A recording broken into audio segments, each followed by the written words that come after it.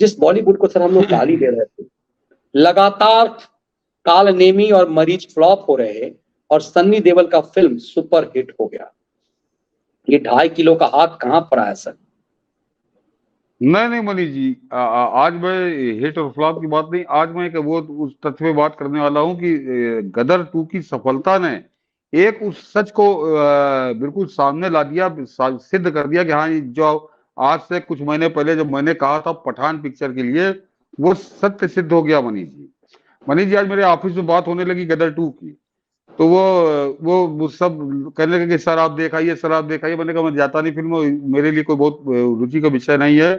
कह लगे नहीं नहीं देख के आई, वो सब देख आए थे। तो हमने चलो अच्छा देखते हैं, तो कल छुट्टी मिलेगी तो देखा। कह लगे नहीं, कल तो आपको टिकट नहीं मिलेगा, क्योंकि अब टिकट तो आपको परसों नरसों का मिलेगा, इतनी हाउसफुल जा रही वो। उन्होंने हाल का माहौल बताया। और मनीष जी, एक कमोवेश मैं मेट्रो में चला तो मैंने मेट्रो में उसकी चर्चा सुनी। मैंने कहीं सिगरेट विगरेट पीता, दुकान पे मेरी आदत लेते गया तो वहां चर्चा मिली। यानी गदर 2 की जबरदस्त चर्चा है।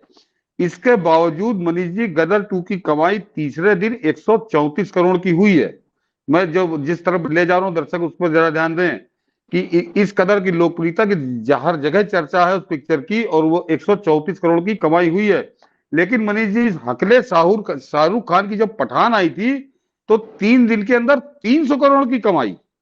और मैं एकदम कसम खा के बता सकता हूं कि उस पूरे दौरान मेरी दिनचर्या यही है, इसी तरह की है। मुझको न तो कहीं कोई आदमी पठान के विषय में बात करता मिला था, न किसी ने मुझसे पठान के विषय में बात की थी उस पिक्चर के बारे में। उसका तो मैंने स्क्रीनशॉट निकाल के रखे थे कि सिनेमा हॉल की आधे से ज्यादा, कहीं कहीं तो पूरे सिनेमा हॉल खाली थे, लेकिन उसकी कमाई तीसरे दिन 300 करोड़ रुपए बताई गई थी।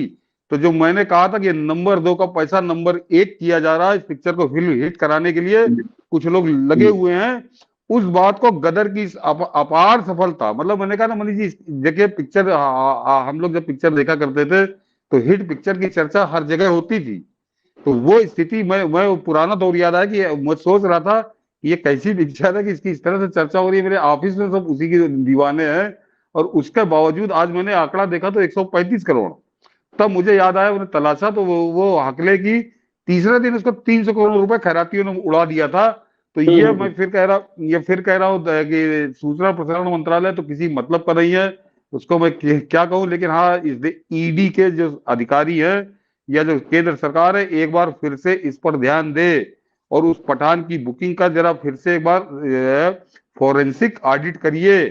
ये इस देश में बहुत बड़ा कारोबार इस तरह का चल रहा है, जैसे न्यूज क्लिक का पकड़ में आया है।